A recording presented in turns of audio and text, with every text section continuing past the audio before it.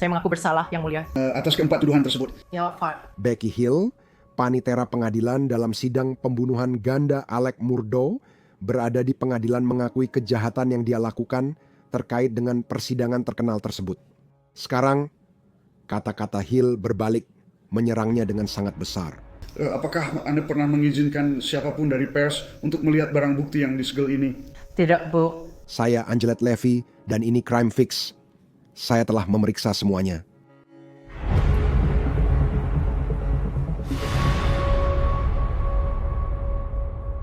Alec Murdaugh diadili atas pembunuhan istri dan anaknya, Maggie dan Paul. Kota kecil Walterboro, Carolina Selatan menjadi sorotan nasional. Ini persidangan abad ini di Carolina Selatan dan panitera pengadilan Becky Hill jadi buah bibir di kota itu. Saya tahu karena saya melihatnya dan ada di sana.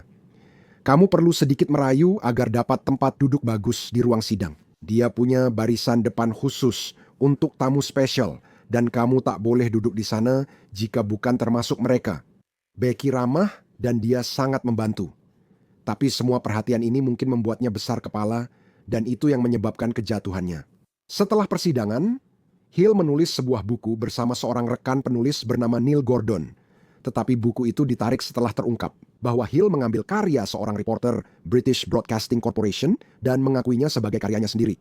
Itu plagiarisme dan sangat dilarang. Penyelidikan terhadap Hill dimulai setelah persidangan Murdaugh, ketika rumor mulai beredar bahwa Hill mungkin telah menggunakan dana federal untuk bonus. Ada pepatah lama, di mana ada asap pasti ada api, dan saat itu asap sangat banyak. Rumor-rumor tersebut cukup untuk memicu pengaduan etika dan kemudian penyelidikan kriminal. Ini salah satu alasan Hill mendapat masalah besar. Dia membawa anggota media ke ruang belakang setelah jam kerja dan membiarkan mereka melihat barang bukti yang disegel. Pada sidang bulan Januari 2024, mantan Ketua Mahkamah Agung Carolina Selatan, Jean Toll, menanyakan hal itu kepada Becky Hill. Apakah Anda pernah mengizinkan siapapun dari pers untuk melihat barang bukti yang disegel ini? Tidak, kenapa? Apakah Anda pernah mengizinkan Netflix untuk melihat atau memeriksa barang bukti dari persidangan? Tidak, Bu. Nah, tebak apa? Para penyidik dari SLED mengatakan itu adalah kebohongan besar. Hakim Toll sangat menekan Becky Hill terkait barang bukti yang disegel di sidang itu. Ya, bagaimana juga Anda menangani barang bukti? Karena Anda memang memberikan akses yang luas kepada pers terhadap barang bukti itu. Dan Anda beberapa kali mengatakan dalam buku Anda bahwa Anda harus tetap tinggal setelah sidang untuk memastikan bahwa Anda berinteraksi dengan pers mengenai barang bukti ini. Itu benar, bukan? Itu benar. Kami punya Tuan J. Bender dan kemudian kami punya para fotografer kolam.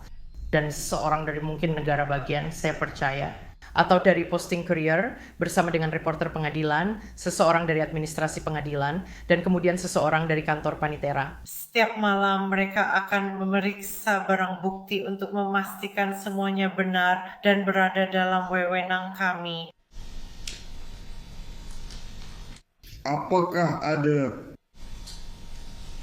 Apakah wartawan pernah diizinkan melihat barang bukti, bahkan barang bukti yang disegel yang Anda miliki dalam berkas? Tidak, Bu. Apa metodologi yang digunakan untuk mengizinkan mereka memeriksa barang bukti? Bagaimana Anda menangani itu? Saya tidak terlalu sering ada di sana saat kami melakukan ini setiap malam. Tapi yang saya pahami, orang-orang yang terlibat dengan barang bukti dan terutama para reporter pengadilan. Ada jangka waktu tertentu di mana mereka diizinkan untuk mengambil foto mereka dan semuanya sudah diatur. Semua foto diperiksa oleh para reporter pengadilan yang ada di sana dan para ibu dari administrasi pengadilan yang bersama seseorang dari kantor saya dan Tuan J. Bender untuk memastikan bahwa semuanya dilakukan dengan benar.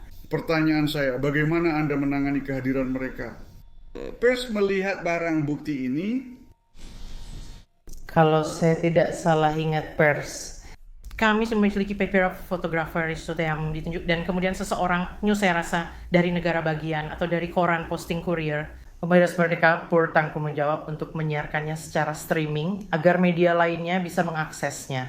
Apakah mereka memotret barang bukti saat masih dalam penguasaan Anda setelah sidang selesai? Baiklah. Dan bagaimana Anda menangani barang bukti yang disegel terkait ketersediaannya? Saat wartawan di sana memotret barang bukti itu tetap disegel. Jadi Anda tahu bahwa beberapa foto di tempat kejadian dari kedua korban itu akhirnya tersebar ke media massa. Anda tahu soal itu. Benar kan? Ya Pak, saya tahu. Sekarang, pada sidang yang sama, pengacara pembela Alec Murdaugh, Dick Harpootlian, mengeluarkan sebuah email yang menunjukkan bahwa Becky Hill memang telah menyerahkan barang bukti yang disegel kepada kru film dokumenter. Tapi ini adalah sebuah email dari Rebecca Hill kepada Miho Takauchi Takatsuki sesuatu. Miho, rekaman kamera tubuh Buford McDowell tidak seharusnya diberikan padamu. Tolong singkirkan dan jangan digunakan. Hakim Newman memerintahkan rekaman kamera tubuh tidak digunakan. Namun rekaman itu masih ada di video sehingga kita selamat. Saya mengarai perhatian Anda. Bagaimana dengan Herbert Reichman dan rekaman kamera tubuh lain yang sering muncul di dokumenter berita? Bisa Anda berikan? Sepertinya kamera itu ada pada personel polisi yang lain. Maksud saya di sini dia sedang bertukar email dengan perusahaan produksi Jepang tentang kamera tubuh, memberitahu mereka untuk tidak menggunakannya dan menyuruh mereka menyingkirkannya. Saya merasa itu penting. Saya bisa mencetak salinannya untuk Anda saat kita dapat akses printer sebagai catatan. Sidang itu berlangsung Januari 2024, seperti yang saya sebutkan, dan butuh lebih dari setahun hingga tuntutan diajukan. Pada Mei lalu, Becky Hill didakwa sumpah palsu dan pelanggaran jabatan publik menurut surat penangkapan. Di Richland County, Carolina Selatan, pada sekitar 29 Januari 2024, Mary Rebecca Hill, panitera pengadilan terpilih di Colleton County, dengan sengaja memberikan kesaksian palsu atau menyesatkan saat bersumpah di pengadilan resmi. Dalam sidang, mantan panitera Hill sengaja dan melawan hukum memberi kesaksian palsu serta menyesatkan. Ketika Ketua Hakim Gentol bertanya kepada mantan panitera Hill, apakah Anda mengizinkan siapapun dari pers untuk melihat barang bukti yang disegel? Hill menjawab, tidak Bu. Pernyataan ini tidak sesuai dengan kejadian 28 Februari 2023 saat mantan panitera Hill memang merilis atau memberi foto barang bukti yang disegel ke pihak ketiga atau beberapa pihak. Hill juga menghadapi 3 tuduhan pelanggaran jabatan. Salah satunya terkait tuduhan bahwa dia gagal melindungi barang bukti yang disegel. Dan satu lagi tentang bukunya. Surat perintah menyatakan sekitar 7 Juni 2023, Mary Rebecca Hill mempromosikan bukunya berjudul Di Balik Pintu Keadilan, Pembunuhan Murdaugh, sambil menggunakan jabatannya di kantor publik untuk mempromosikan buku tersebut di media sosial. Tindakan itu demi keuntungan finansial pribadi, melanggar tugas dan hukum negara bagian Carolina Selatan. Hill dituduh memakai dana federal untuk penegakan tunjangan anak demi memberi bonus pada dirinya sendiri. Surat perintah menyatakan bahwa antara 1 September 2021 hingga 5 Maret 2024, Mary Rebecca Hill menjabat sebagai panitera pengadilan terpilih di Kabupaten Colleton. Hill meminta dan menerima bonus keuangan sebesar $9.880,10 untuk dirinya sendiri dari dana insentif Title 4D. Dana tersebut diperoleh oleh Hill dan digunakan untuk keuntungan finansial pribadinya.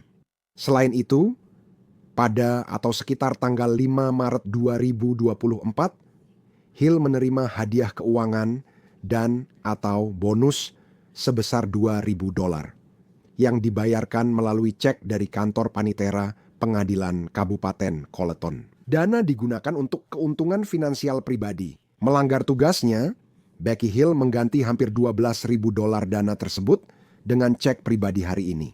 Masih membayangi semua ini adalah tuduhan dari pengacara Alec Murdaugh dan beberapa juri bahwa dia membuat komentar untuk mencoba mempengaruhi mereka agar menyatakan Murdaugh bersalah. Mungkin agar bukunya lebih laku terjual. Nah, di dalam bukumu kamu menyarankan bahwa vonis bersalah adalah yang kamu inginkan dan kamu takut bahwa vonis bersalah tidak akan dijatuhkan. Kamu banyak bicara tentang perasaanmu yang menginginkan vonis bersalah, bukan? Saya setuju aja itu memang tertulis di buku dan alasannya karena saya pikir itu memang vonis bersalah. Ya, ini adalah saat di mana kamu menggambarkan waktu jauh sebelum vonis dijatuhkan. Oh, baik, saat kamu menulis tentang hal-hal itu di dalam buku, bukankah begitu? Ya, benar. Dan kamu bahkan menulis sesuatu di mana kamu mengatakan matamu bertemu dengan para juri dan orang lain di Moselle. Kalian semua paham meski tak diucapkan bahwa dia bersalah. Kamu menulisnya di buku, kan? Sekarang, Hill telah mengaku bersalah atas 2 tuduhan pelanggaran jabatan publik, 1 tuduhan menghalangi keadilan, dan 1 tuduhan sumpah palsu.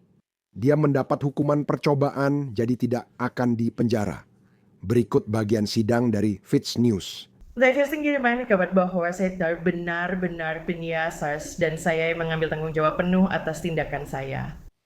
Dan saya tahu bahwa kayak itu mengecekan perkataan komunitas dan orang yang telah mempercayai saya. Tidak ada alasan untuk kesalahan-kesalahan saya. Saya malu atas kesalahan-kesalahan itu dan saya akan membawa rasa malu itu sepanjang hidup saya. Saya mulai bekerja keras membangun kembali hubungan yang telah saya rusak dengan menerima tanggung jawab, dengan meminta maaf kepada orang-orang yang saya cintai, dan dengan mengembalikan setiap bonus yang tidak semestinya saya terima. Saya berkomitmen untuk memperbaiki kesalahan, untuk bersikap jujur, dan untuk menjalani hidup dengan cara yang mencerminkan nilai-nilai yang dulu gagal saya junjung.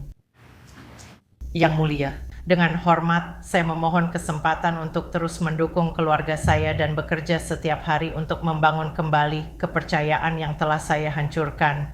Pengacara Rick Hubbard mengatakan, hal ini tentang tuduhan pengaturan juri. Seperti yang mulia ketahui, jika saya yang menuntut kasus ini, ketiga juri ini akan menjadi saksi kunci saya, dan ketidaksesuaian yang ada akan sangat sulit diatasi jika saya melanjutkan. Selain itu, yang dilakukan SLED adalah mewawancarai 11 juri yang tersisa. Tidak ada satupun dari mereka yang mendukung ketiga juri ini. 1 juri dari seluruh kelompok itu mengatakan sesuatu tentang itu, bukan? Nona Hill mengatakan sesuatu tentang para terdakwa menemuinya, tapi dalam pernyataannya kepada SLED, dia bilang, saya tidak tahu apa yang dia bicarakan. Jadi suara suara saya. Yang itu berdasarkan bukti, jadi tidak ada yang benar-benar bisa dijadikan dasar dengan juri itu. Selain itu, semuanya menyangkal semua yang dikatakan di ruang belakang oleh Nona Hill. Banyak yang bilang dia profesional, tapi dia hanya membahas hal yang benar-benar terjadi di sana. Hakim mengirimnya kembali untuk membahasnya. Jadi jika tim Pak Hubbard menemukan adanya upaya mempengaruhi juri, pasti hukumannya akan sangat berbeda hari ini. Mungkin tidak ada yang lebih sakral dalam sistem kita selain juri. Dan jika mereka, dan saya tahu kata Pak Hubbard, rambutnya hitam, saya pun punya sedikit rambut. Jadi jika timnya, termasuk kedua pengacaranya, memberitahu saya bahwa mereka tak bisa membuktikannya, itu sudah cukup bagi saya. Baik, untuk membahas hal ini, saya ingin mengundang Jen Wood, peneliti di Fitz News. Fitz News meliput semua hal di Carolina Selatan. Sebaiknya cek situs web mereka. Jen, saya tidak tahu denganmu, tapi Nona Becky, kamu tahu dia wanita yang baik. Kita semua pernah berurusan dengannya saat sidang, tapi dia adalah pejabat publik yang terpilih. Mereka bertanggung jawab kepada publik. Dan wow, dia lolos dengan cukup mudah di sini. Menurut saya, dia tidak dipenjara, hanya hukuman percobaan dan mengembalikan uang yang dia ambil. Dia mengambil uang publik untuk dijadikan bonus bagi dirinya sendiri. Jadi, waduh, bagaimana perasaanmu tentang ini? Kamu tahu, ini perasaan aneh karena aku merasakan keduanya. Aku tidak terlalu terkejut, tapi aku sangat kecewa, kamu tahu. Aku merasa seperti ini hanya soal, ayo selesaikan ini sebelum liburan dan lanjutkan hidup. Rasanya seperti pertanggungjawaban palsu, seperti biasanya mereka menjadikan pejabat publik sebagai contoh karena melakukan sesuatu seperti menyalahgunakan jabatannya. Dan hakimnya bilang, dia ikut terjebak dalam hiruk-pikuk persidangan besar ini. Dan orang-orang menghasilkan uang, dan saya tahu kamu tidak menghasilkan banyak uang. Nah, dari mana Anda tahu itu, Pak Hakim? Pertama-tama, maksud saya, tapi ayolah Anda pada dasarnya bilang, oh, Kamu terbawa arus semua ini, tapi belum tentu. Mungkin dia memang terbawa, mungkin juga tidak. Sa dami menurut sa pagdadavi itaklanare saat dia awal bergantikan sa panitaan hukuman, bagaimana dia berkata, Anda tahu, jika mereka bisa membuktikan ada pengaturan juri, semuanya akan berjalan sangat berbeda. Benar? Kamu tahu, aku berpikir, bukankah mereka sudah melakukannya dan membuktikannya? Maksudku, kita punya setidaknya satu juri yang bilang dia merasa tertekan, kan? Jadi semuanya akan tergantung pada Mahkamah Agung Carolina Selatan ketika argumen lisan berlangsung dalam banding Alec Murdaugh pada bulan Februari. Untuk menentukan standar mana yang harus digunakan, Remer atau Green, benar? Dan menurutku itu adalah hal besar. Itu akan menjadi sesuatu yang sangat penting. Itu akan menjadi hal besar. Hal yang menggangguku tentang apa yang dikatakan hakim itu, Jen, adalah kenyataan bahwa pencurian, uang bonus, uang penegakan tunjangan anak sudah dimulai. Seolah-olah itu tidak ada hubungannya dengan persidangan. Jadi jangan bertindak seolah-olah ini ada hubungannya dengan itu. Tepat sekali. Dan kamu tahu itu. Dan itu benar-benar terpisah dari itu. Dan menurutku itu menunjukkan luasnya masalah di sana. Ya, dan itu juga menarik bagiku karena Alan Wilson, dia membawa Rick Hubert sebagai semacam jaksa khusus. Kamu tahu, di sini tidak ada pemisahan total karena dia masih memiliki salah satu pengacaranya dari kantor Kejaksaan Agung. Kamu tahu, membantu dengan ini, memberi saran seperti penasihat banding atau semacamnya, dan rasanya memang seperti itu. Menurut saya, mereka sudah membuktikan sumpah palsu, pasti itu sangat membuat mereka kesal. Oke, dia berbohong. Mereka punya bukti kuat tentang sumpah palsunya. Menunjukkan barang bukti yang disegel kepada anggota pers, kami sudah tahu selama persidangan itu sedang berlangsung. Saya dengar waktu itu dia membawa orang-orang ke sana setelah jam kerja dan membiarkan mereka melihat-lihat barang serta menunjukkan barang-barang itu kepada mereka. Maksud saya, kami tahu itu sedang terjadi waktu itu, memang benar-benar aneh. Saya belum pernah dengar ada petugas yang melakukan itu, tapi pasti itu benar-benar membuat mereka marah, atau mungkin itu karena hakim tol. Siapa yang seperti kamu lihat sendiri kan, mungkin ada di balik layar obrolan atau chit-chat. Dia berbohong kepada dunia dan kepada saya di depan semua orang. Jadi mungkin itu sebabnya mereka sangat tertarik dengan hal itu dan kembali melihat, kamu tahu, metadata dan hal-hal semacam itu. Jadi mereka benar-benar marah tentang itu dan sepertinya mereka bahkan lebih marah tentang hal itu. Daripada mencuri uang dan memakai kantornya mempromosikan buku hasil plagiarisme. Benar, kamu tahu, mereka menyebutnya begitu. Aku rasa mereka menyebut peran Rick Hubbard dalam hal ini sebagai penunjukan terbatas yang menurutku sangat menarik. Dengan mencatat bahwa Jaksa Agung akan tetap mengendalikan penyelidikan, ya menurutku semuanya benar-benar aneh. Dan menurutku ini menunjukkan betapa anehnya kasus Murdaugh saat ini. Kamu tahu, kita akan memasuki argumen lisannya pada bulan Februari di hadapan Mahkamah Agung Carolina Selatan. Dan apakah ini akan berpengaruh? Maksudku, apakah ini akan muncul saat argumen lisan? Aku penasaran. Aku ingin tahu seberapa dalam tuduhan kemungkinan pengaturan juri dan pengaruh terhadap juri telah diselidiki. Karena ada pembicaraan bahwa ponsel Nona Becky semacam menghilang atau dihapus atau diriset ke pengaturan pabrik.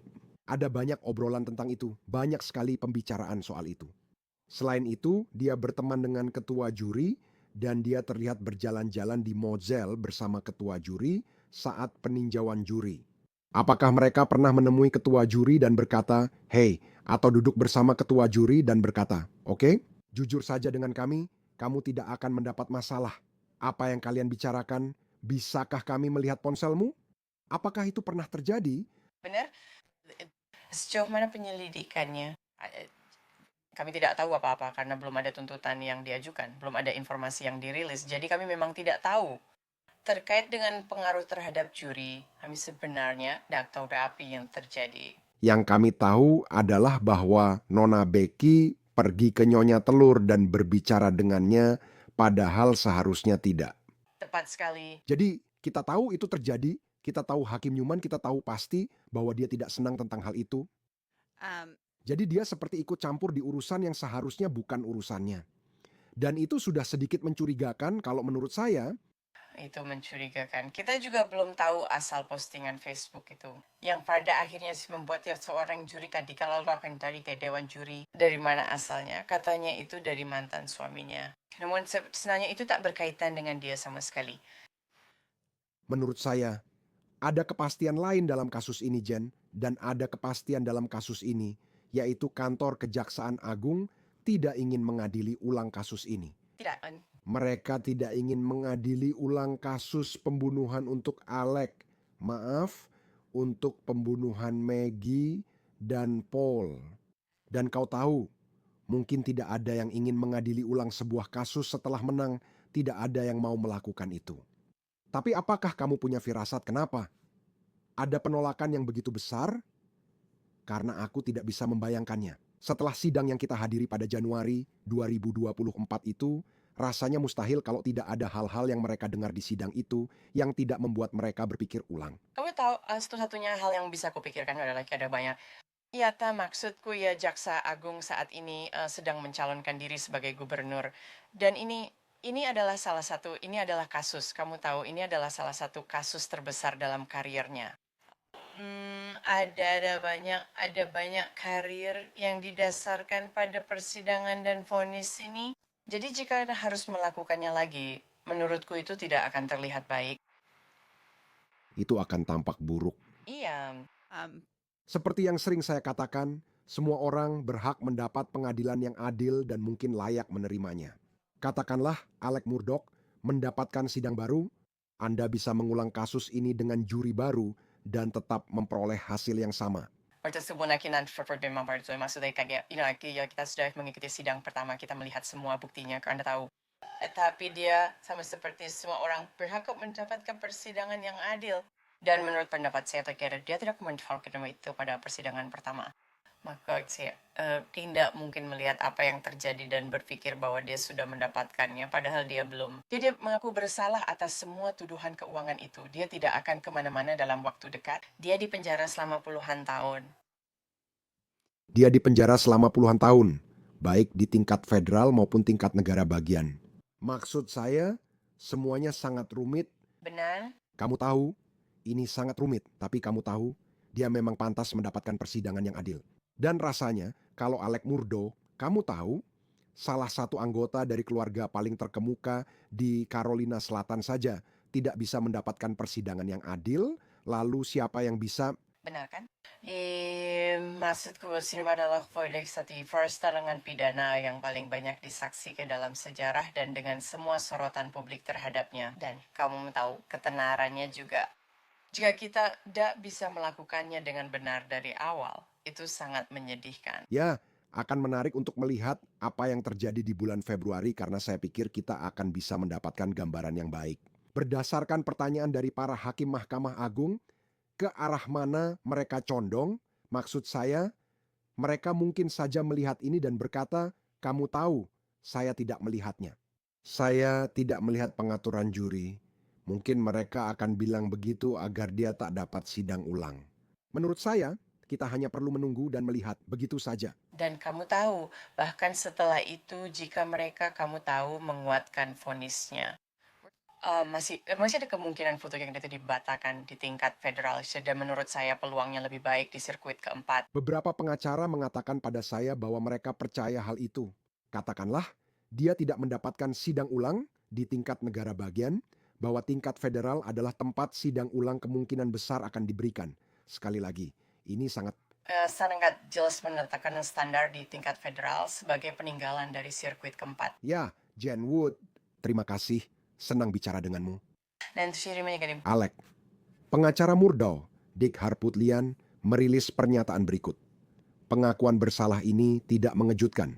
Lebih penting lagi, lembaga yang seharusnya menyelidiki tuduhan ini justru berkepentingan menghindari hasil yang bisa mempertanyakan putusan sidang pembunuhan Alec Murdoch pertama. Jika Becky mengakui bersumpah palsu dalam sidang pengacauan juri Hakim Toll, apalagi yang bisa dia bohongi? Dan itulah akhir dari episode Crime Fix kali ini. Saya Angelet Levy. Terima kasih banyak sudah bersama saya. Sampai jumpa di sini lagi lain waktu.